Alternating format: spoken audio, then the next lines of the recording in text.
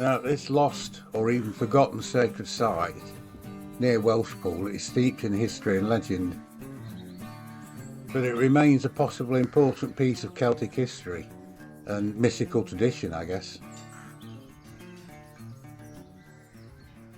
And this church is built on the site of an even more ancient foundation, dating back to at least the Roman era, possibly before. And some of the indications of this is the early gravestone inscribed in Roman-style capitals, commemorating the death of a young girl, which is now being moved from the graveyard into the church to protect it.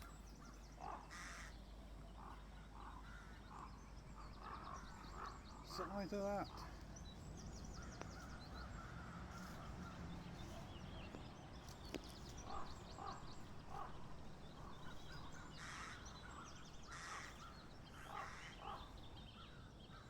I think the burial originally had been underneath the ancient yew tree, indicated by this marker stone.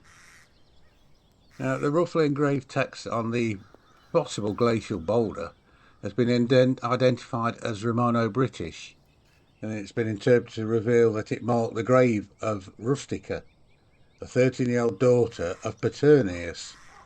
And the stone's been dated to the 5th century and shows us that there was an established sacred site here at that time. Now, the second indication of it being an ancient foundation is the elephant in the room, is this ancient yew tree. And it's said to be one of the finest trees in Wales and believed to be at least 1,600 years old.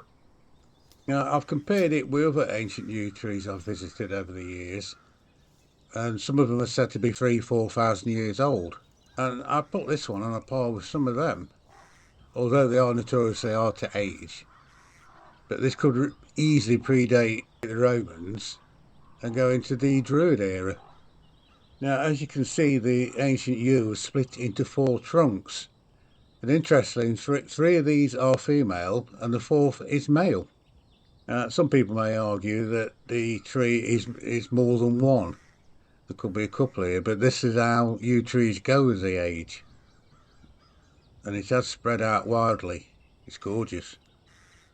It also has a low stone retaining wall around the yew, and it's been supported with a stone pillar at one side, and there's a wooden prop supports, I think, the east side. Now, traditionally in folklore, it's stated that it grew from St Erfyl's staff, and incidentally, its curvilinear churchyard, a riverside location, also pointed to an early sacred site, and it grew up on the Roman road from Neath to Chester.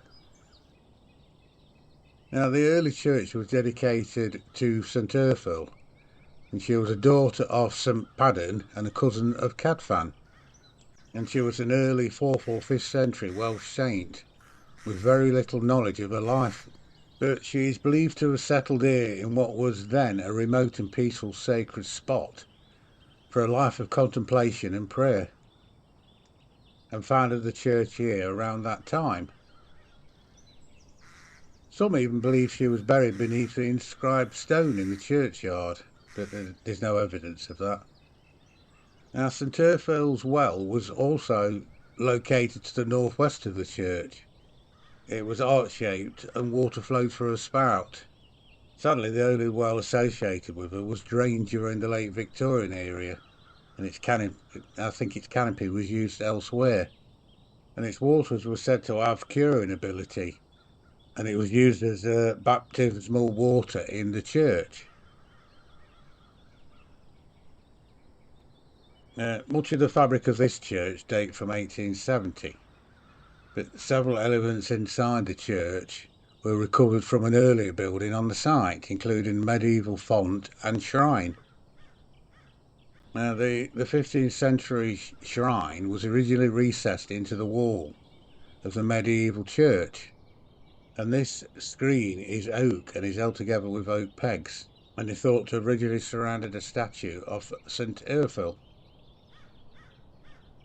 I thought this was a nice little find.